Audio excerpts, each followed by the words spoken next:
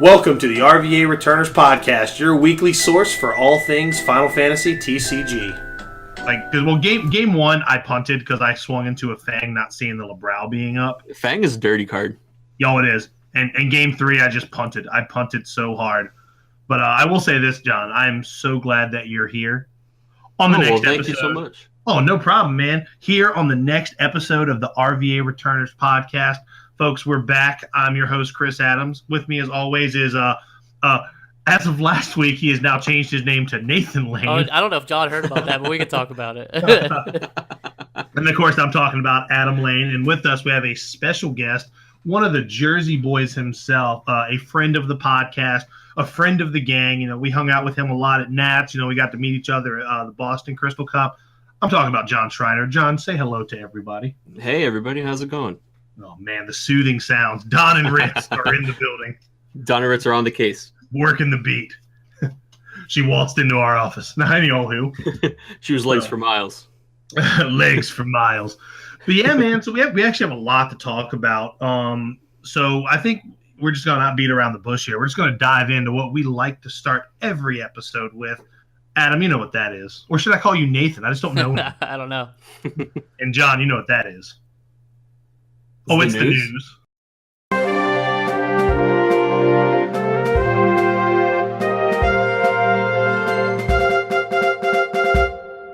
So big things happening in this last week. I don't even know where to start. We've got so much to talk about. I guess we can kind of get the little things out of the way. The Brave Exvius Fan Fest, Exvius. I'm pretty sure I'm saying it wrong every time I say it, but that Fan Fest is actually happening right now. A lot of our buddies are there. I know Greg Cole's there. I know Okimoto's there. Jonathan Ciordi is there. Max Williams is there. I know they're all having a great time repping the TCG.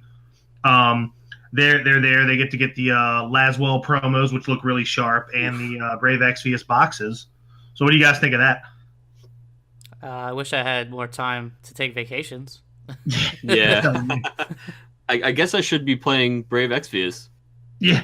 Dude, it's such a great time kill. Like, I don't know what's going on. I'm literally just tapping the screen, and it's probably my favorite thing to play while I'm taking a Duke. I play the Dissidia one. Oh, yeah, I have that too. The Opera Omnia, whatever it is.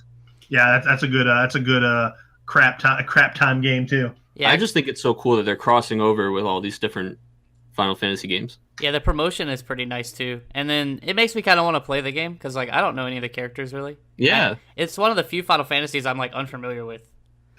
Yeah, it's actually true. The card game has actually made me want to go and play. Like right now, when I'm not unlocking Smash characters, I'm actually playing World of Final Fantasy on the Switch, which, you know, I had no inkling of who those characters were. Probably would not have even given World of Final Fantasy the time of day until the card game.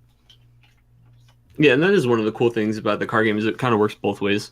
It gets me interested in the games that I don't play, and it gets people who are interested in those games into the card game. Absolutely. And the Fan Fests are always a good cross promotional platform, as we said. But that's not the only event that was happening. This past week, we had a big title tournament up at Gamers Heaven up in Phoenixville, Pennsylvania. That was actually run by Mike Pignata. I'm pretty sure I'm saying his last name wrong, but yeah. another friend of the podcast. You know, he's always been super, super awesome and super friendly whenever we've gone up there. He did a lot of this on his own. There was a $500 cash prize. There was a title belt, like a wrestling strap for the winner. And he was, I'll tell you what, he looked damn good in a suit. He cleans up well. So he was wearing a suit, and he was kind of doing the whole Michael Buffer, ringside announcer thing. But it was an absolute blast of an event. Sorry you couldn't make it, John. I know Dan was there representing the Jersey boys.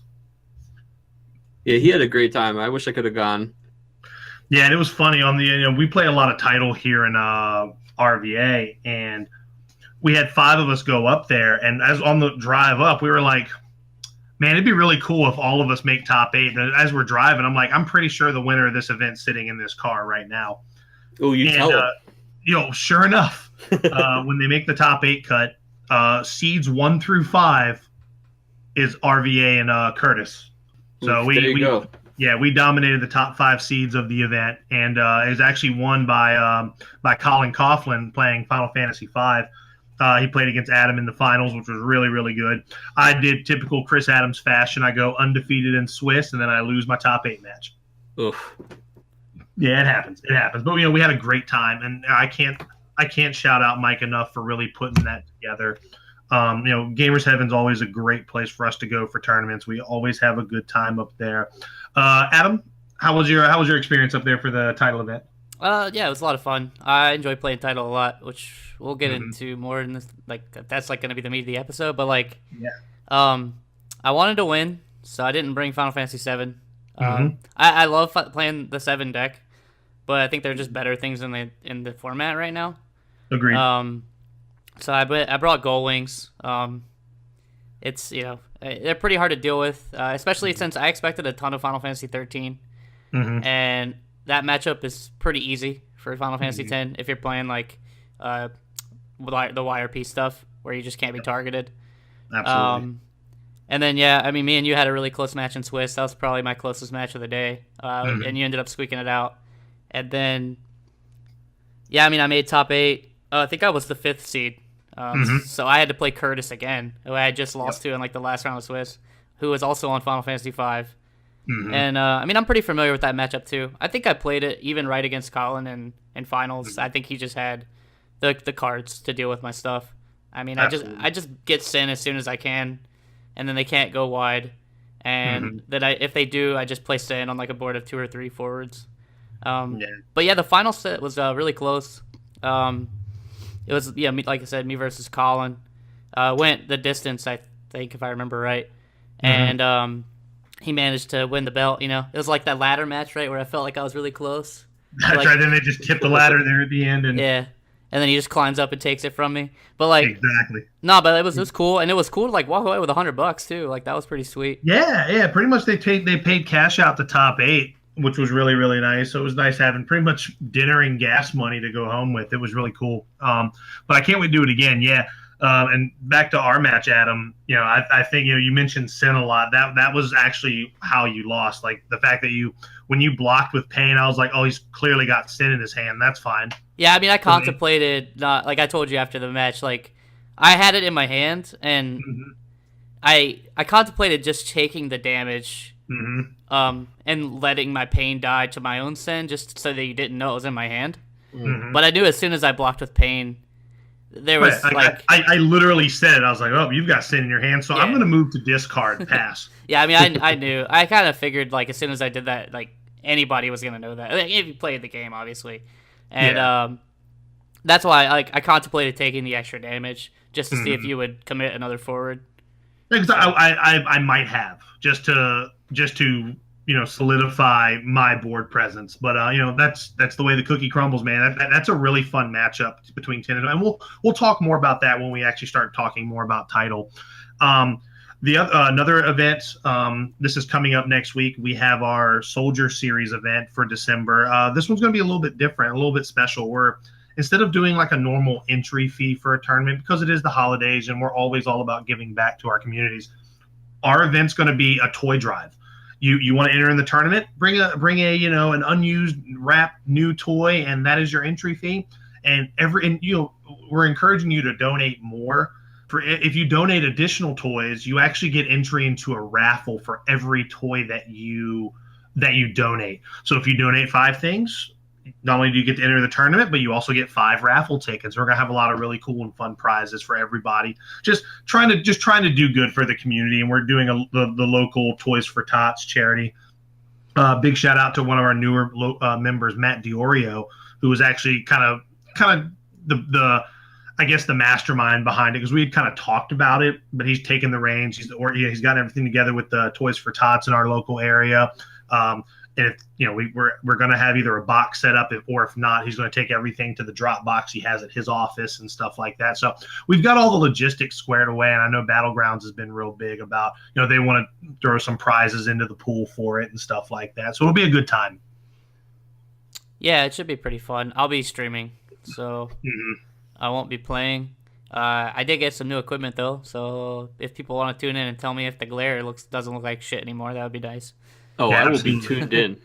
But I got some new lighting stuff. So Yeah, we're completing the puzzle here as the I've also got another one of the chords coming that we need. But so we're I'm still on the fence. I really want to play, but also I love doing the commentaries. Well, it depends on whether Adam comes up as Adam Duncan comes up, but I'll most likely be playing in that. I got some fun stuff I want to try. But the big chunk of news. Let's talk about these announcements, boys, coming from across the pond. I'm gonna let you guys speak more on this because I've had a really busy week at work. I started my new job, and I'm kind of like on lockdown while I'm in that building. So while this stuff is going on, I don't really get to see it till after the fact. But I'll let you guys talk about the announcements coming out of the UK. Yeah, I mean it's a ton of stuff. So we could kind of go through it, I guess, like kind of one by one, and without I don't want to like go too deep into everything, but I'll try to hit a lot of the points, I guess. Sure. So I mean, first off, obviously, like they had a stream, or it wasn't a stream. I guess it was a stream. It was a live Facebook video, and it was like Tim and I think Alex, right? Yeah, I believe so. Yeah, and they basically like kind of went through how their competitive season's gonna work over there.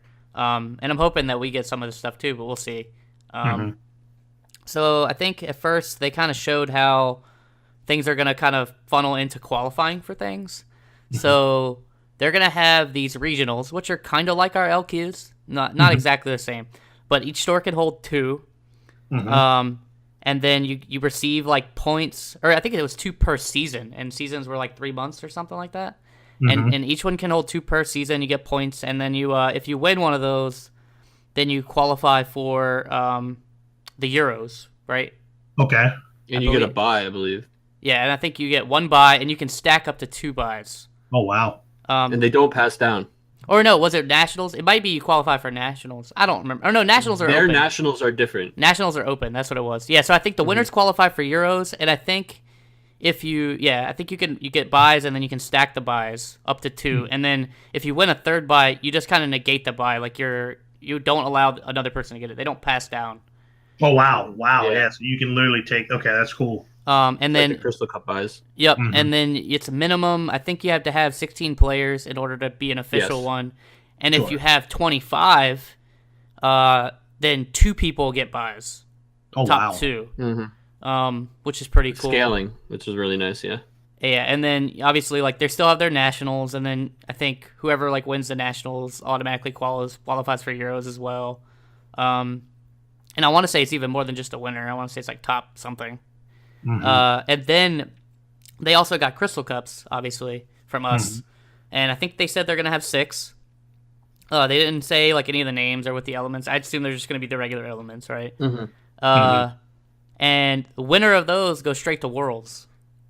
So I assume we'll probably adopt that as well. Yeah, it's a really cool strategy, and it looks like Worlds is definitely going to be bigger.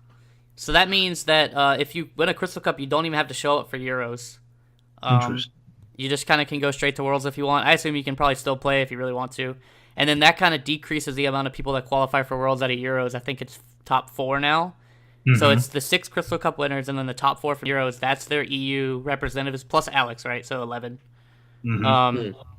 And then I believe also, I'm sorry, I'm kind of skipping around. There was a ton of stuff. If you...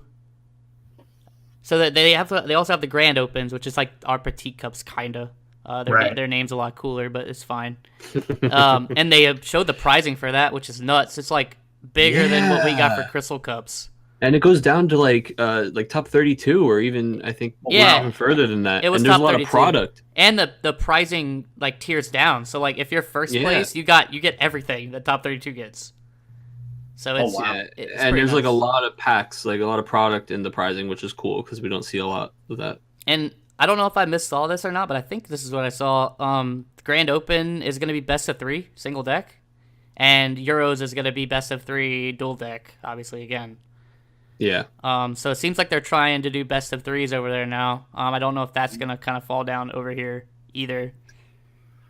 Interesting, and that kind of falls in line. I know one of the things they kind of touched on briefly at Worlds was how there's a little more uniformity now between North America and the UK. So, tinfoil hats on, boys. Do we think that we're going to maybe see some of that mirrored over here? John, what do you think? I definitely think that we're going to get something similar, invite structure wise. We've kind of already had it hinted at us that the petite cups are going to be a bigger deal instead of kind of just a community relations event. And the only thing I can think of that would make them a bigger deal besides just more people participating in them is if they had something like a buy or an invite for another level of event tied to first. Absolutely. And that actually, there was one more thing that I forgot about. So they're also doing a leaderboard system. I hope to God. I hope we get this. Like, this is one thing I really hope we get. Absolutely. So obviously, I said before, if you like how well you do in your regionals, you get points, and also how well you doing the Grand Opens, you get points. And I don't believe the Nats or the Euros count toward the points. And then at the end of the competitive season, which I think like sometime around September-ish, whoever is first in points goes to Worlds. I feel like you just described a pyramid scheme. I'm waiting for the maniac to show up with my juice smoothie. Yeah, I think it was Worlds. It was either Worlds or it was Euros, but I want to say it was Worlds. So the name of this episode should be so what do I put my feet? Yeah. So I'm hoping we get something similar to that, and then it'll make like the petite cups could count for that, and maybe like John said, maybe you get like buys at Nats, or maybe it's even a world qualifier. I don't know.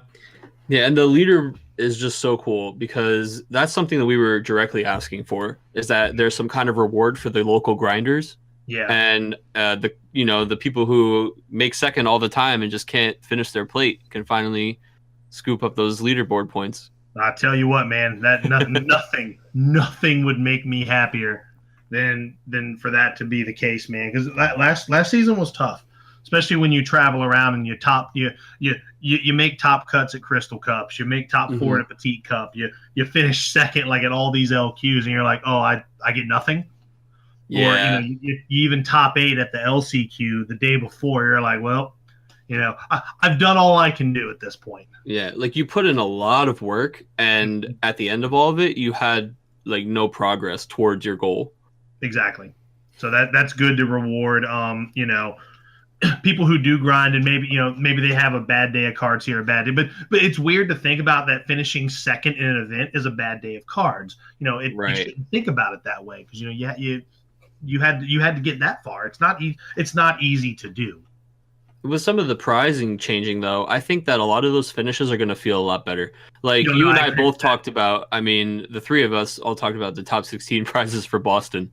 I mean, walking out of there with the same playmat that they gave out at pre-releases like a month later, or the month before, sorry, it was like a cool playmat at the time, but then LQs came out and it was that playmat again, and everybody talks about how they have a stack of those at home. So I'm looking right at it. Yeah, it's cool that we are going to be getting a lot more prizing passed down, so a lot of those top finishes will feel a little more important.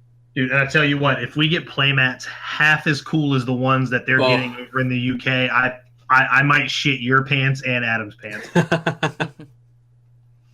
Dude, I can't wait to see it. But like I know we were kind of talking about this before we started recording, that this was a lot of community feedback, right? This is stuff that we were like, oh man, we'd like to see him do this, we'd like to see him do that, and then you kind of put it right on the head that there was a lot of radio silence. So maybe the cries didn't fall on deaf ears, and they're doing stuff to just to just be like, hey, we listen to you guys, we want to make it a better experience for as many players as possible. So this is where we're at right now. So I think we will see that progression. Yeah, and of course, shout out to RB and Tim and everybody for letting us, just kind of complain endlessly on these Facebook groups and actually listening to all that feedback. Yeah, I mean, absolutely. It's nice to see that they're like improving stuff, and then hopefully like each region gets a video like this, because I think it was pretty sweet. Just kind of walk through, even though it was like just a PowerPoint slide, right? Like you get to see like the details of how the season's going to work, and I think that would be pretty sweet to see. Right. That's the kind of information dump that we want. Just all of the nitty gritties, like the little details, so that we know exactly what we're walking into for the next year. Exactly. If it's good enough for the boardroom, it's good enough for my living room. That's right. No, I think that's awesome, and I can't wait to see how they, how it lands, because we haven't really gotten much information here in North America. Like the only event that, again, tinfoil hats on, The only like big event that we know of right now is the reunion event in January down in Florida. There's a lot of rumors, a lot of speculation that this is going to be the first event in like the official competitive season for North America. But I don't know. Again, it's right now we're so deep in the rumor phase right now that we don't really know. Just a buzz. That event's what, 4 weeks away?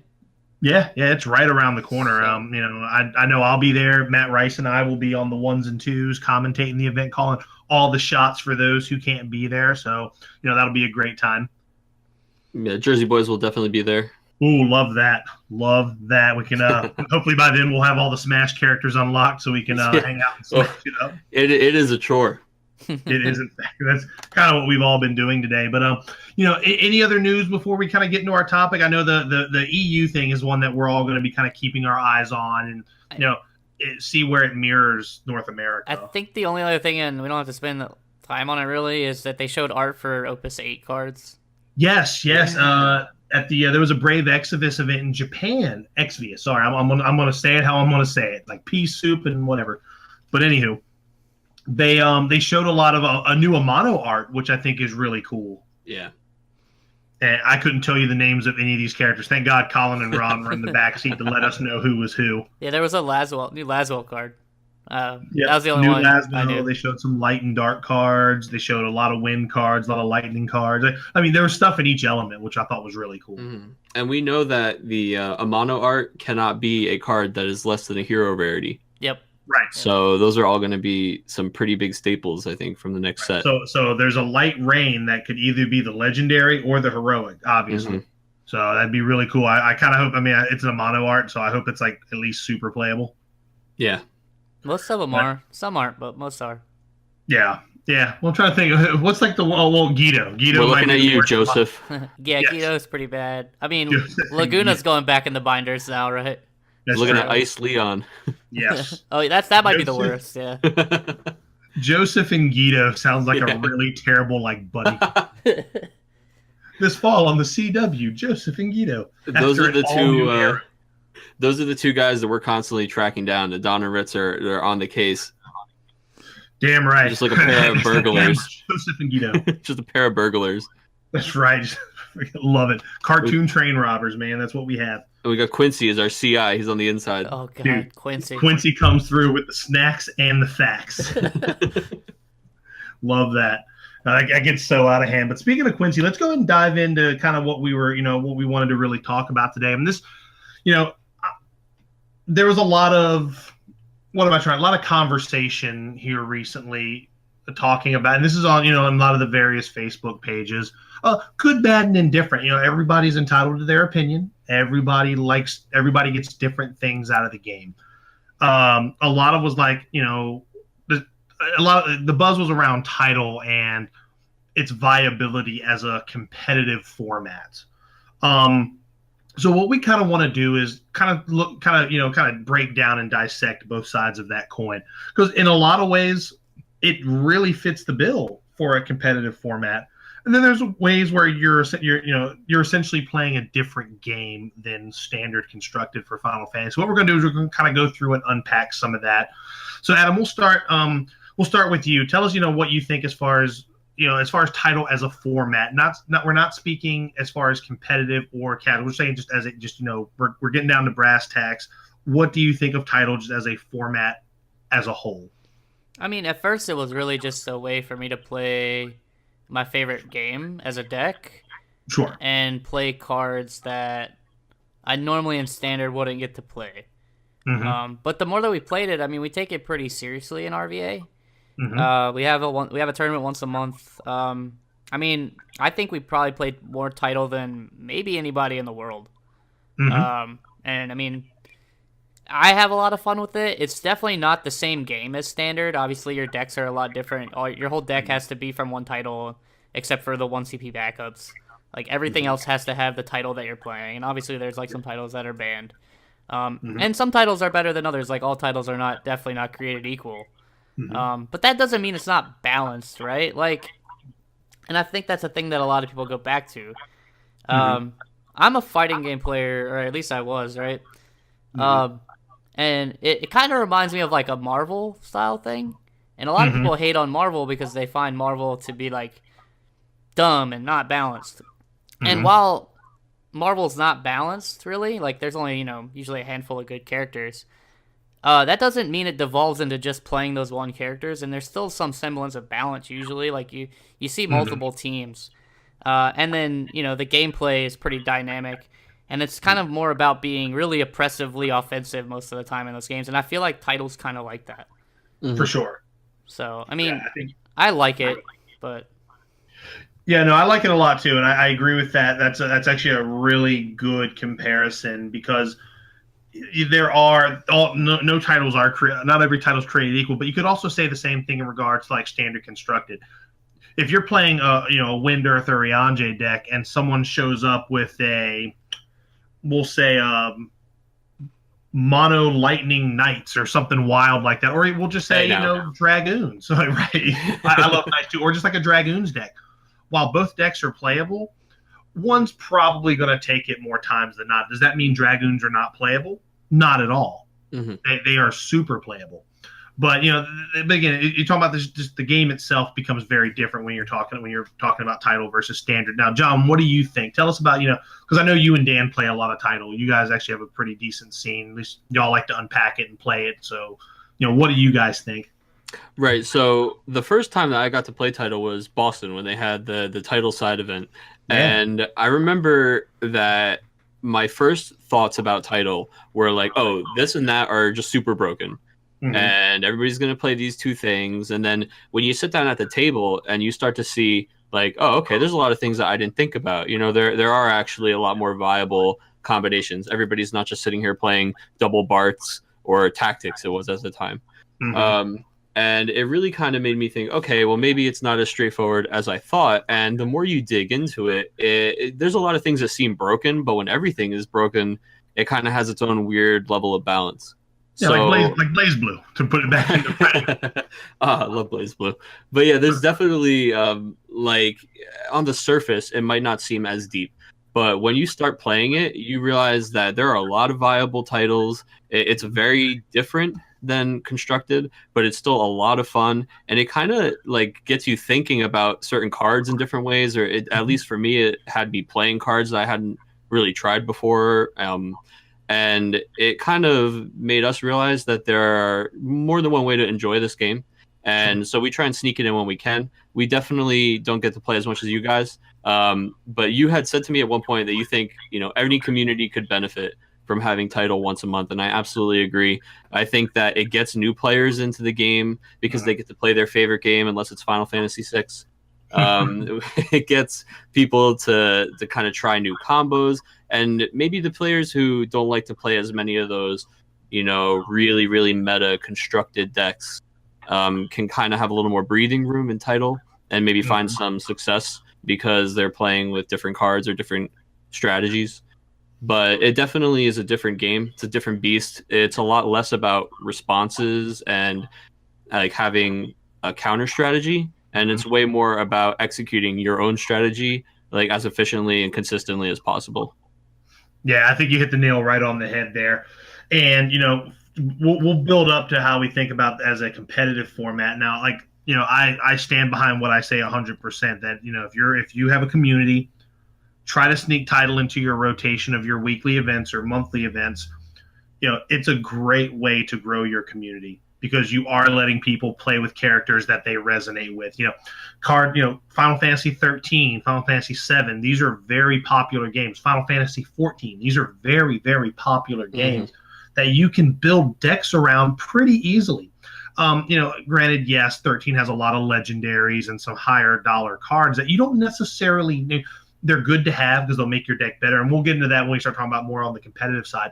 But you can put these characters into your deck that you like to play and play a game with them while other people are doing the same, be it 12, 4. You can do 6, and we have a guy, Ron, around here who has a lot of success with 6 in title. He won last season. Yeah. Really? That's so. I mean, I love 6, and see, there it is again. Like, I haven't tried it, so on the surface, I can sit here and say what I think, but in practice, it might be completely different. Right, and I'm glad you said that, because I think when we talk, that's probably the most perfect segue you could have. Damn it, Rich should do it again. Gotcha. You're Don, I'm Rich. God, I messed this up already. That's okay. We're undercover as each other. Deep cover. Oh man, that's the best. I can't wait to watch that movie. But when you start looking at the game, because we play the format kind of competitively, because it is a weekly event. We just came back from a cash tournament for the format, where so knowing the ins and outs is very important. And where we're saying it's from a competitive standpoint, first thing we'll lead into is a lot of people say no, it would not make a good competitive format. But a lot of those opinions, are kind of based around misconceptions about the format. And I know, Adam, you said you had a couple misconceptions about it kind of written down. I think the first, and this is kind of the elephant in the room, the format is not balanced. That's probably the biggest misconception and probably the biggest turnoff. Yeah, for a lot of people. Yeah, and this goes back to what I said about like the Marvel comparison, right? Mm-hmm. Like, yeah, Marvel is broken. Yes, it like 100% broken. But like, everybody wasn't playing the same team. It was broken because like everybody could do broken stuff, kind of like John said. Like, people complain, and I see people complain about certain cards and certain interactions. And by the way, interactions in Title can get pretty nuts. And there's interactions that you won't see outside of Title. That'll happen. But like, I see people complain about like, oh well, Snow and 5 CP Lightning are just too good, right? Like, I'm gonna attack and dull 2 guys, and then all my 13 guys are gonna attack, and now you can't block, right?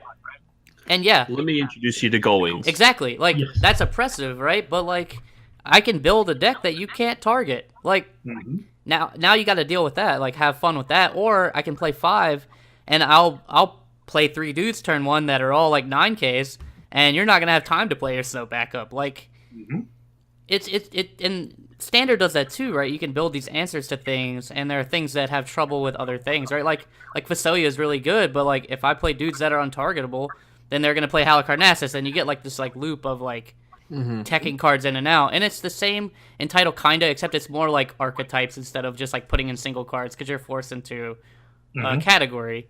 And like for example, Vincent, right? Like, I play a lot of 7, and Tactics was really good because like you have Delita, and Delita's hard to deal with, and then I'm just like, okay, cool, Vincent killed that guy, and now I don't break. And like their summons were hard to, it was like they had problems with Vincent, and that's balance to me. Like, it creates like a little bit of rock paper scissors, right? I was just gonna say that it definitely is a rock paper scissors feel. So I mean, like, to say that it's not balanced, yes, things are broken, but there are answers to things in the form of other categories sometimes. Right, and we'll talk about some specific interactions. Like, for example, one of the people are like, well, when we talk about Final Fantasy V, because they probably have the most explosive starts in the entire format. Kelgar. No, Kelgar into whatever, and then one Kelgar can swing. Well, what happens when that board swings and you flip a 7-drop Odin because you're playing tactics? Well, something's gone right there.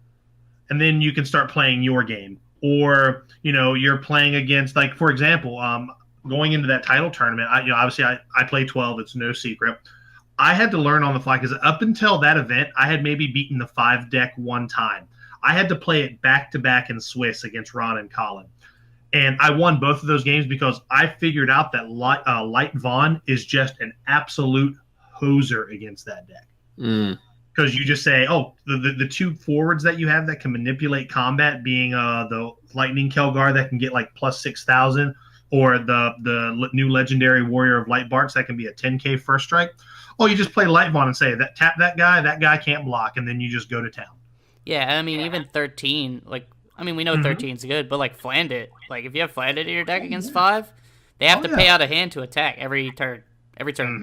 So like there are answers to all sorts of stuff, and you have to get deep into like playing, and you have to play more and see the interactions and see. And you can't just like, okay, well, this card's oppressive in Standard, so it's got to be really oppressive in Title because it works with all these Title stuff, and not play against anything, and then say that it's stupid. You have to play it first. And I feel like a lot of misconceptions come, and I'm not trying to like call anybody out or anything, but a lot of misconceptions come from people that I don't think are playing Title, and maybe they played it like once or twice, and they're just like, this is dumb. And which is fine. If that's how you feel about Title, then don't play it. Yeah, I'm not saying you have to play it. Yeah. Right, but I think if you're not playing it and really understanding the interactions, you don't get an opinion on it, if that makes sense.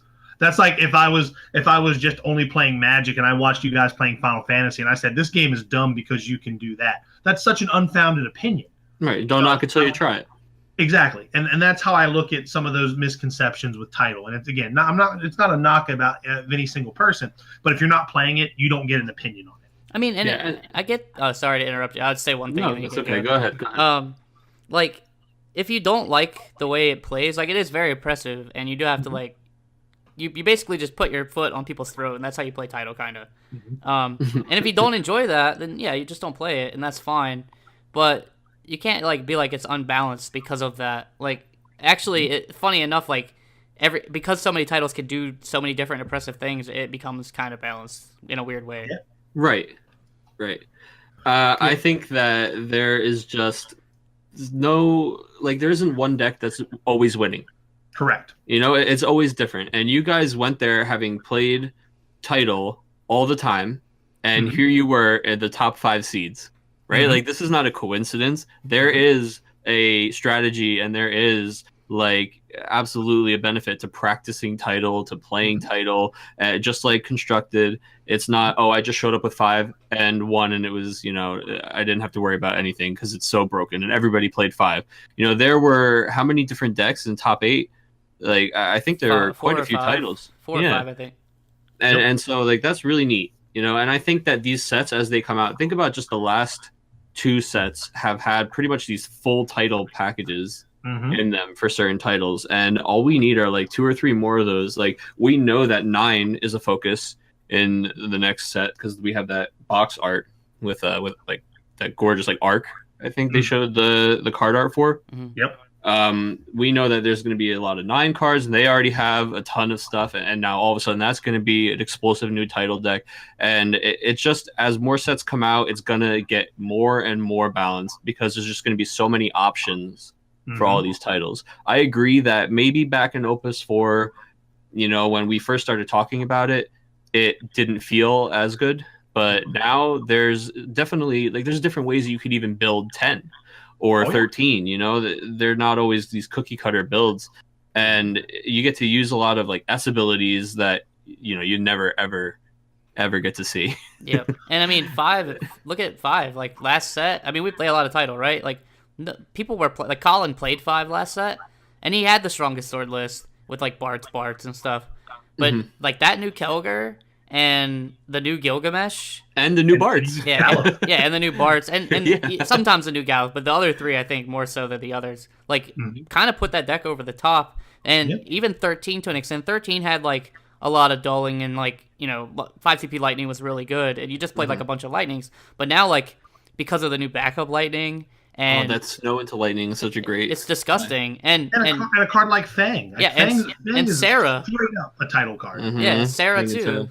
I mean, obviously you don't want to fight Goldwings, but like when Sarah comes into play, gets to dole like 15 things, like, and then just infinitely lock you down and free stuff. Like, it's pretty impressive. And I mean, that goes to show you, like, there was a lot of people playing 13, and I think Dan was the only one that made top 8 at that event. Dan actually beat me in top 8, and it's because his deck had a lot of removal. And Dan also plays title, so he knew how to play against 12. He knew to keep Fran off the board, and then at that point he can target the rest of my stuff. Yeah. So it's again, it goes back to actually playing the games and seeing. But that doesn't mean, because like Dan was the 8th seed, he squeaked into top 8. So he clearly ran up against some matches that were not in his favor, but then he runs up against one of the better, one of the quote unquote better decks in the format, and he took it. We won a full 3-game series. Yeah. So like that shows you balance right there. And I think it says a lot to a player that if you can kind of switch gears like that, like, all right, well, we're playing. It's no different than like if you're playing like in Magic, where you're playing like Modern and Standard or Legacy Standard. You have to kind of change your mindset. So with that being said, what do we think about? Obviously, last season, Opus 6 was a set when you unpacked it, you played games with it. it was a very limited focus set. They had one drop Evoker reprints. There was a lot of balance between like the forwards, the abilities, and the summons. There was a lot there that made for a very healthy limited environment.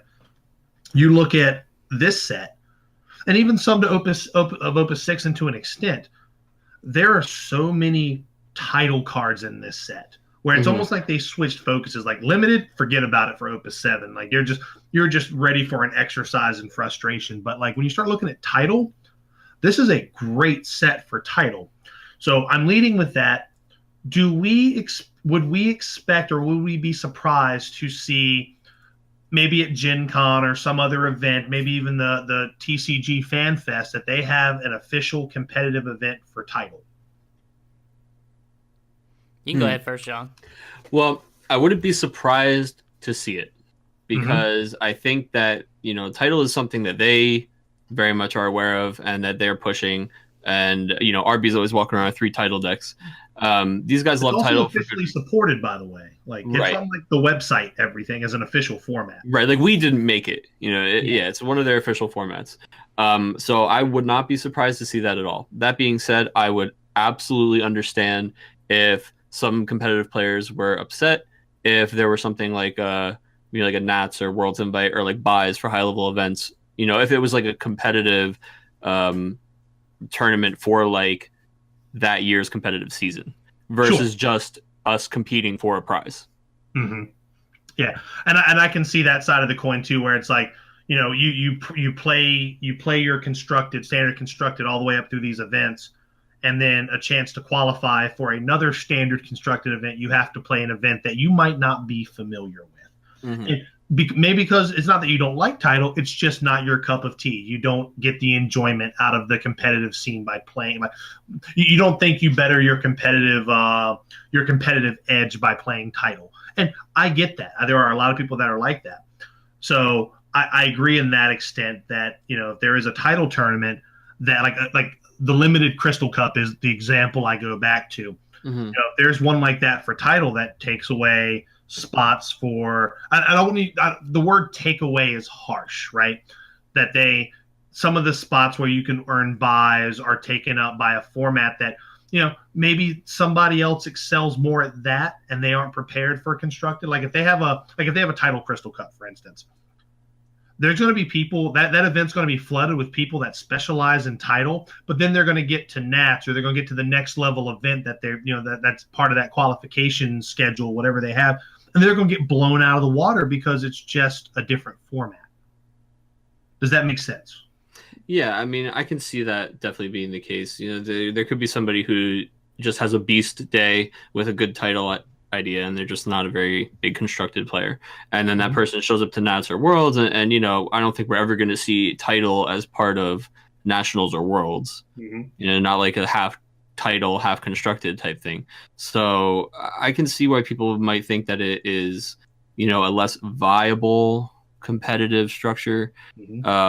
But I don't think that means that we should stunt its growth, because I think it could become one. I think that if sets keep going the way they're going, that it absolutely could be balanced. And I'm glad you said it that way too, because one of the things that kind of my argument to that is, well, what if, Worlds is a multi-deck format, or at least it has been so far. What if maybe not next year, a couple years down the road, when we have more cards in the card pool, that they say the Worlds format now is, you're going to play limited, title, and standard. That now you're going to play 5 rounds of title, 5 rounds of constructed, and top 8's going to do a draft. What if that becomes the format for Worlds in the future? So does that mean that, does that mean maybe they're compromising their integrity by allowing other formats in? I don't think so, because I think other games already thrive by having other formats at higher competitive events. Is it ready for that yet? Probably not. I would dare say absolutely not. Yeah, I'd say absolutely not. Just because it's not. I think we need more players before we can do something like that. Correct. But if we get to that point, I think it could be totally something that's feasible, and it forces you to be good at multiple things. Because, like you said, people have different strengths. Like, I'm pretty good at constructed, but I usually excel a lot more in limited formats. And I mean that's just because I've played it a lot. So I mean, sure, would I like to see more limited like official square events? Yeah, because I would love to go. And coming down the home stretch, when the game, say the game is huge, like we're getting on Magic level, which we can use their recent change to their competitive structure as an example. Say you've got these players, as the player base gets big, would you not want the world champion, the guy who represents the best of the best of the best in this game, to be able to play all of these formats and just know that they have a hat in all of these formats? Like, hey, I can play title. I'm good enough to play title. I'm good enough to play limited. I'm good enough to play standard because I had to do all of these to claim the title of world champion. Like a triathlete. Yeah, pretty much. Like, does that argument make sense to you guys? Like, no. Again, we're talking down the road here. I totally would love to do that because, like, I like to be well versed. Like, I like to play a lot of different. I play all the formats, and like, so I would love to do that. But I do think that it's definitely down the line because right now you need to get as many people kind of interested, and it's a lot easier just to show people one format. Although I do think title is a great way to get people into the game. It is a great way to get people in. I think it would be interesting if, and of course, this is just me coming up with things that we're probably not going to see, but it'd be cool if we could have like starter decks that were legitimately just out of the box title. Like, I know that they're pretty close, but they have some of those like standard units and things and like summons that maybe are outside of the title. But it'd be pretty neat if for one of the sets, the starter decks were just 50 Final Fantasy 14 cards. And people would get so into the game and they'd be able to sit down and play, both formats basically with this deck. Well, it could be no different than how Magic does every year they put out a Commander series of products. There's no reason they couldn't put like how they did the 2-player starter set, put 2 title decks into a box and ship it out. Right. And are we going to sit here?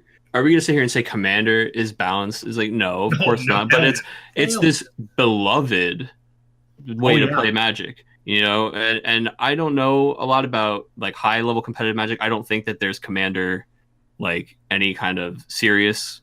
I'm sure they have events again for prizes. I just don't think it's part of the tournament. The year. You're not going to see the top 8 at Worlds sit down into 2 pods of Commander and go to town. And I think that is kind of where the mentality comes from on this. They're like, okay, well, this is just a for fun format.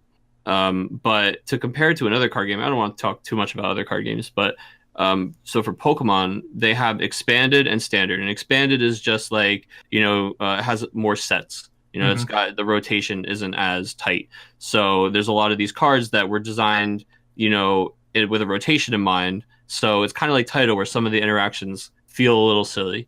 And they have these events split now where expanded might be what the regional is, so like, let's say like a Crystal Cup half of them will be told, hey, you're going to be an expanded event. And one of the other sides of the coin for this is that when a city gets told they're going to be the expanded event, those tournament organizers are actually getting really upset because there's just a lower turnout for their event because players have those stigma of like, hey, well, this isn't like the main competitive thing. And so let's say, they do announce a Crystal Cup and it's going to be, down in RVA, and it's going to be a title Crystal Cup. And you guys would be excited about that because you guys play a lot of title, but I could also see a lot of players who are like, okay, well, we only get 8 Crystal Cups, and now I feel like this one is just like off the list. It's not even like a viable Crystal Cup for me to attend. And so I can see where people are wary about title becoming competitive because they don't want it to take up some of the slots, as it were, like you were saying, kind of to take those invites or those buys. But at the same time, these guys are designing these cards with title in mind, unlike those cards that we were just talking about. So I think that I understand where people are getting these feelings from, and they have all this precedent and these other examples to point at and say, hey, this doesn't work so well for them, or this makes me uncomfortable, or it's not as competitive. But I think, like we were saying in the beginning, try title, have a week of a title tournament at your local store and tell me that it's not fun and that there aren't different competitive decks. Oh man, way to drop the mic on that one for sure. But no, and I think we're all on the same page here when we talk about how like the viability is there. There is a lot of depth to the format. There's many different decks to choose from. there, and as the game as the amount of cards enter the card pool, there will be more titles to choose from. Like, who knows? In the next 2 sets, Brave Exvius could be a monster title deck, or like WAF or Crystal Chronicles could get 1 or 2 more pieces, and now they're a super viable title deck. You know what I mean? Like, right. the state of the format will always change, just like Standard does when new sets are released. But I think we can all kind of agree that while it is viable, there is depth, there is a lot of strategy. That does, I think, take a different skill set, very similar to how Limited takes a skill set versus Constructed. The game isn't ready for it yet. Right. But I think we're saying keep an open mind. Don't write it off. Exactly, and I think that's probably the best way to put it, because it goes back to taking competitiveness out of the side. Yeah, you could have a scene where you have a lot of players who want to be competitive, but it's maybe like 2 or 3 of you. But you'll sit there and say, well, this sucks. Our scene isn't growing. Nobody wants to play this game. No one wants to pick it up. We might as well just quit. Have you thought about introducing title into that rotation, just to give yourself a break? Because also, too, as a competitive player, it'll probably help you by looking at other cards in a different light and say, hey, man, that card has some neat interactions. I want to try that here. And it opens up some maybe new testing avenues. But then also, you start getting asses in seats at your weekly events. And who knows? There could be some unassuming fella in your local area that, likes Final Fantasy, but was intimidated by getting started in the card game, but sees title, plays title, learns the game, then is now less intimidated by that Constructed event. Mm-hmm. Now he's your national champion. Now he's your world champion in a couple years. You know what I mean? Like, we don't know. And I think by stunting the growth of a format, that could potentially lead somebody down like a path of excellence, or just, a successful path in this game. I think a lot of that kind of hurts. Yeah. But that's really the only thoughts I have. So I think we're all in agreement here that we think it's a great format, and we urge everybody to give it a try. But I don't see it being something that you're going to need. It's not going to be part of the Road to Worlds this season. If it is, cool. If not, well, Well, Road to Worlds, maybe. At Worlds, definitely not. I could totally see a title Crystal Cup. Like, I think that's feasible. I wouldn't be shocked. Yeah. It wouldn't blow my mind if they had one. I mean, they did one for Sealed, and there was no other Sealed events, right? Like, yeah, so that's true. I could totally see it, and it's obviously something they're supporting, or they wouldn't print some of these cards. So, and it could still be a good time. Like, for example, another, and I get why it would stunt your numbers. Like, for example, Adam will tell you, we still laugh about it now. I wasn't going to sign up for the Sealed Crystal Cup. I was like, I'm not going to do it. It's not my bag. But then Adam was like, well, you get the Furion box for entering that. And as she says that, I'm like, well, I've gone ahead and registered for the Sealed Crystal Cup. I think it's actually... Good thing you did, too. Yeah. I think it's actually... Well, actually, that debates on who you are, John. I was going to say, well, you opened the nuts for... Yeah, I guess somebody else would have opened it. I would have rather him just taken the packs that he opened and dropped out right there. Oh, that's true. I forgot. If I knew then what I know now, I would have 100% like, all right, Adam, I have taken the only obstacle out of your way. That's just such that you guys had to be laughing about. Oh, no, it was hilarious. Like, I wasn't even mad. Yeah. Oh my goodness, that's just so crazy. That your pool of cards. You can't imagine like the look on my face when I met up with you and Andy and all those guys later, and it was just like, oh yeah, by the way, you know who won the event? The people that had your pool, and I was like, holy shit, no way. Especially after writing that note. It still blows my mind to this day. Yeah, they beat me in the finals. Yeah. It was very much like a movie. But that's not taking anything away from David. No. David's a hell of a Sealed player. Yeah, he came ready to play. And I also, like, on that note, I think it's smart if they do a title event to do it like they did at Gen Con, because you have people already showing up for the Standard event. Mm-hmm. So if you have a title event side by side, like, one day is your title and then the other 2 days are your Standard, you'll get people playing both. Mm-hmm. And even just to try it, though, enter it. Like, you didn't want to play Sealed, right? And if that had just been a Sealed Crystal Cup, you probably don't even go, right? Well, I'd probably go just to hang out with everybody, but I would have spent more time, like, enjoying the con, which also makes it a good reason to have an event like that there, because you're going to get foot traffic that might not even know the game exists. Yep. And, I mean, just like the Brave Exvius thing, I think they're probably going to get a lot of that this weekend. Yeah, I can't wait to hear more about that, and I think we'll probably talk a lot about that next week. We'll probably have somebody on that, was there Wink, wink, nudge, nudge, hint, hint. They can kind of break down that event for us. Yeah, I mean, I guess like before we go, like I just want to talk about like how each title is viable, and we'll just go through for sure. like almost like a lightning round kind of thing. Yeah. So like in my opinion, and I mean you can, I don't think this is like some end all be all list, but like and then people can disagree. It's probably very accurate. But like I think the best three are probably 5, 12, and 10. Yeah, I would agree with that 100%. And I think they're kind of, and then I think like slightly below that is 13, like below those three. But like we said, like 1.5. Like 5, obviously, like you can just kind of like vomit out forwards. They're all big. They're hard to deal with, right?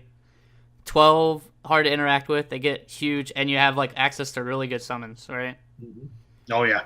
10. And a lot of first strike. Oddly enough, I was looking. You have a ton of first strike, which helps when your guys are bigger. Yeah. 10. Obviously, you can't target their board. They also have access to a board wipe now. And that's the big deal, I think. Just seeing how many times you played Sin in your finals match, like it was. Oh yeah, it was such a big deal. It was hardball for Sen or Brother every game. If I knew I was playing against 5.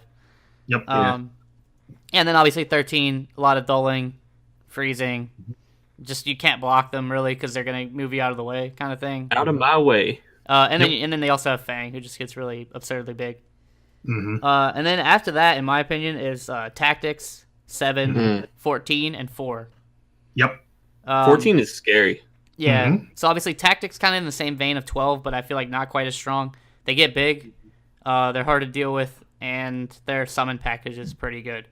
Yeah. They also have access to extremely like versatile backups. Yeah, when I joke about Tactics and title, I say that I just want to play the most normal game of Final Fantasy. Like, Tactics is like, oh, I'll get to have a normal amount of summons, some really strong backup play, and then all of my forwards will just abuse the rules. Yeah, that's actually a good way of putting it. Yeah. Except, you get to, like, abuse kind of title through your forwards with, like, Ramza and stuff like that. And then 7, obviously, I play a ton of 7. Vincent's really strong. Vincent. Their biggest thing probably is that their backups are pretty weak other than Aerith. Yeah. But they do have summons now, thanks to Opus Jesse. 6. So. Yep. Oh, yeah, Jesse also, yeah. Obviously, any Opus tutor. 6 really helped with the summons. Yeah, obviously, if you have a title tutor, like, you're searching for, like, whatever you want, and it's really good. And then 14, it's basically Scions with, like, more cards that they shouldn't be allowed to play. Estinian, Amon. Y'shtola, the wind one. Yeah, all the Y'shtolas, yeah. They also get they actually have they don't have any summons that they make up for in like great ability removal. They have 2 Raubons and the old Kane Senna. All of that is fantastic removal that will blow you out. Yeah, you'd be surprised how hard it is to actually make a 14 title deck. There's a lot of cards you want to put in that you have trouble finding room for because you don't want to cut Scions. And there's so many Scions now. And then 4, I think, is probably the most versatile title in the entire game.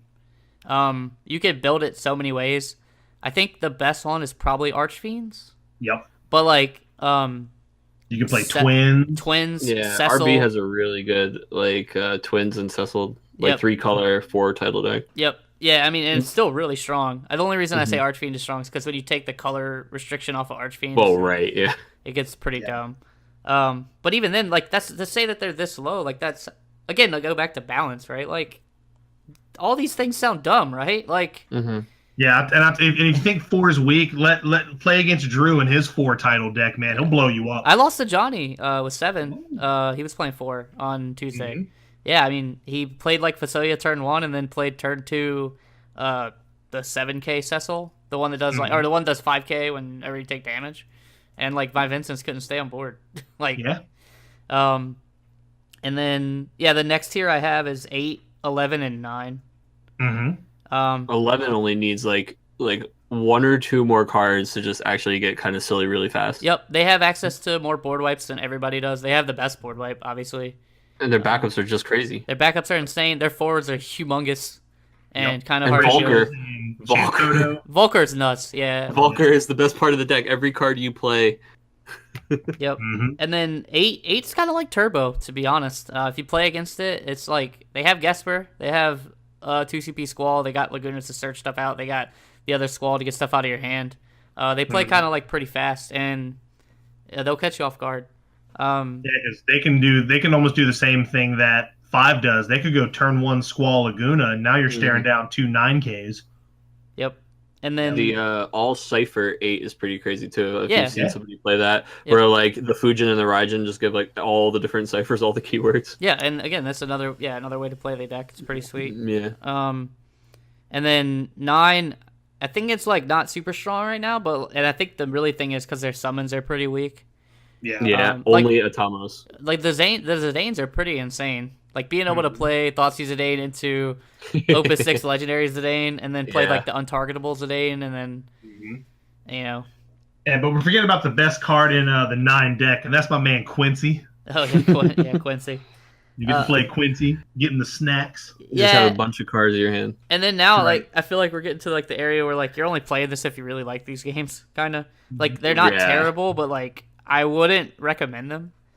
So a lot of people thought 2 was gonna be really good, but like they really struggle that they don't have summons. I think their forwards no summons at all. Yeah, their forwards aren't oppressive enough to warrant not having summons. Kind of like 14. 14's like really oppressive, and they don't need the summons. So if you're not going to have summons, like you need to be able to abuse S abilities, and 2 just can't. Yep. Like 2 has all these guys that have the same name, and none of them have S abilities. Yep. That's where the problem is. Yeah, and then kind of right below that is 6 for me. Like 6 has like all their forwards on paper are great. But the thing is like they have like 1 summon, and the only backup they have is Kefka. They got Gasolian Empire They have the new Terra now, and they have Nannership, but the new Terra sucks, so you've only got 1 summon to use. Yeah, you got a 9 CP right in that Doles. Like, that's it. I think, actually, if they do give them summons, though, like, if they get... And maybe, like, I mean, I know 7 wasn't, like, a featured title in Opus 6, right? I don't think it was. So maybe there's a chance that, like, we get a suite of 6 summons where we get, like... You know, oof, don't get me started on 6 summons. Yeah, there's a lot that aren't in the game. So we have so many summons in 6. I made a list. I think like almost like a year ago. Remember, I like sent Adam a list of like summons that we could add before we add a 7th Leviathan. Yep. Yes. And it was a really damn good list. Yeah. Well, and one of the other things too, right? You know, when you really keep title in mind, it does make some card design a little bit easier on that end, because you know there's no reason now, because we're starting to see it in other titles. Every category now can have that 2 CP backup that taps to give a dude 1,000 power. Yeah, those things are insane in title. Those things are insane in title. And if they share a name with something else that you can dish it for S fodder, like Waka, even better. It's nuts. Or the lightning backup that gives everybody haste in title. Yep. Yeah. And then one of the things that's like kind of a little undersung because Dawn Warriors wound up being so good, but all of the 5 reprints. So they went out of their way to make sure that there were more category 5 cards that are literally just versions of other standard cards. And all of the standard units that have the weird double element requirements are crazy in title because you just discard the colors to play them. You don't even need like their main colors. So if they make things like if every set comes out and they go, okay, here's a couple reprints of really strong backups that just happen to have, you know, the 3 standard unit title, all of a sudden 3 becomes this really viable title deck out of nowhere. They have the 3 is definitely at the bottom for me right now. I mean, we can, I guess, well, I'll end it on 3. We don't need to really go. The other ones are like Tactics Advance 1 and 2. Tactics Advance 2 is okay. The problem is like they're only summons Mateus, and if you can kind of get through Aluas and Adels, they don't really have much more powerful stuff. That's Tactics Advance 2. Yeah. Tactics Advance is just like the garbage. Yeah. It's only Marsh. Like all you have is Marsh. Mont Blanc. Yeah. It's not great. Then Remedy, Mute, and Sid. Yeah, which are actually probably the best part of the deck. Yeah. Babis. Yeah. And then 3 kind of struggle. 3 just doesn't really have much going for him. Like they got like the 4 Warriors of Light. And then none of the Warrior Light support. Yeah, and then they don't, like, the other versions of themselves don't do anything really in title for them, like, at all. And then you got Cloud of Darkness. That's really it. Yeah. They have which is fine to have, but then like, you don't have much anything else. But another cool thing, like, going back on, like, the 2 CP backup, like, I would now be 100% fine if they finally print me a Bannon, and that's what he is. The 2 CP backup, give a category 6 guy plus 1,000 power. There you go. That's the best argument I've ever heard for a Bannon card. Yeah, that's what I'm saying. That's all he needs to be. And now you've got that character in there. Now you're making that a better title. And now you could probably throw, like, if it's a fire or an ice card, now you've got a possibly standard playable 2-drop, because Locke still sees play, Celis still sees play, Setzer still sees play. I would almost like to see it as like something that shares a name with one of their S's. Mm-hmm. To make it Ooh, like I'd be fine with that too. What if it it step up the flavor? just make it make it a lock or something. It'd be insane. Ooh, that'd Title. be busted. Dude, step up the flavor on that banner, dude. We need if he's broken, you have to have some kind of like debilitating effect. Oh, absolutely. Like a Yule. You need him to do something more than 1K. You need him like tap, give him like 2K, and then if he's broken, you like discard 5 cards. Yeah, no, that's the fine. top of your deck. That's fine. I'll take it. But yeah, like that just shows you like there are defined tiers. There is a lot of depth to these. All the decks do something different, right? Mm-hmm. Like there's it's not just overall the concept of this game is to be as oppressive as possible, but everybody takes a different route to get there, and you got to decide whether your deck wants to build, whether you want to just be aggressive early, whether you want to kind of play the forward backup kind of game, like. And when you start talking about stuff like that, like if you were to just remove the word titles from the conversation or the word title, it would almost sound like you're talking about standard constructed. Mm-hmm. So, I think there is a lot there. I'm interested to see where it goes, but I think if you don't play it now, I'm talking like now, you should go back and try it. And guess what? If you don't like it, you don't have to play it. Mm-hmm. That's the big thing. But don't like say that it's not a good format or it sucks if you're not going to give it a fair shake. You know what I mean? I think that's just the problem with you. Just get people that have people are passionate about the things they like. So if they like something, they want to like it. If they don't like something, they want to let you know that they don't like it. So just like how I am with Limited, I want you to know that I don't like Limited. But I love that people play it. Oh, John, you should have been at our Opus 6 or Opus 7 pre-release. Oh boy, you would have been dying. Chris was like literally just scooping like turn 2 and just complaining the entire time about how we were talking about it together, dude. It was terrible. It's terrible. It was just hilarious. I wouldn't even sleeve my cards. I'd have like legendaries and I'm like whatever. And Adam would go to like roll his dice. I'm like, don't care. You can pick first or second, whatever. You opened legendaries? Oh, that's cool. Yeah, dude. Chris, I didn't open any of those. Chris could have opened 6 packs, opened 6 legendaries, and Chris would have been like, "I'm done. I don't want to. Yeah. This game sucks." I got no legendaries, and I didn't even get snow, so I just got steamrolled. Yeah, that's the worst. Oh yeah. Opus 7 Limited was not fun, and it just solidified like.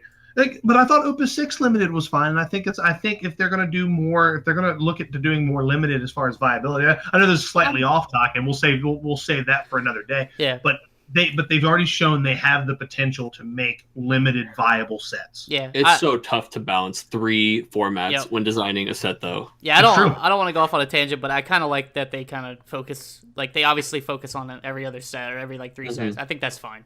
So yeah. I agree. So there's a lot to look forward to, man, as far as other formats go. I think Standard's going to constantly be in a good place. Opus 7 meta is great. Opus 7 for title has been great. Limited can just suck a big fat one. But that's kind of where we're at. As far as parting thoughts, man, I've got none. I'm just really stoked that John was with us here on the cast. I'm man, thank you for having me. Long time coming. Yeah, absolutely. I'm going to do a shameless self-plug. Please do. That's okay. Yeah, of course, guys. If you haven't checked this out, I do write some articles for people who are trying to become more competitive. Maybe you haven't played a competitive trading card game before. You're really into Final Fantasy and you want to know a little bit more about those mechanics and stuff. Over at www.exp.plus, we've got some new articles coming out for you guys this weekend. So give us a check. Yeah, they're all great articles, by the way. Oh, thank Absolutely great reads. John does the king's work here for the community. That's for sure. But yeah, well, if that's all we've got, boys, I'm gonna go ahead and get back on that Smash Brothers grind. I think I actually have to run to locals. I got to go there waiting for me. Oh man, well, we don't want to hold you up. Let us know how you do. Oh, absolutely. We're taking Water Earth today. We're having a lot of fun with that. Dude, that's what I've been jamming. I've been playing Water Earth Ramza, man. It's a lot of fun. I wanted to call it 2 princes, but then it was awful to not just add in like 1 wrestler since I'm playing the Puge to search Noctis. Oh man. So I'm going with the deck formerly known as Prince. Just call it spin doctoring and they won't know. Perfect. Just the lyrics. Just copy paste the full lyrics to 2 princes. That'll get me on the top of FF decks. Yeah. Well, thanks for having me, guys. It's been a real pleasure. Yeah, man. All right, play us off, Chris. Is he gone? Where do my feet go? What do I do with my feet? Hey, everybody. Thanks for listening once again to the RVA Returners podcast. If you like this content and you want to hear more, check us out on YouTube at RVA Returners, and make sure you follow us on SoundCloud and check us out on Google Play and iTunes.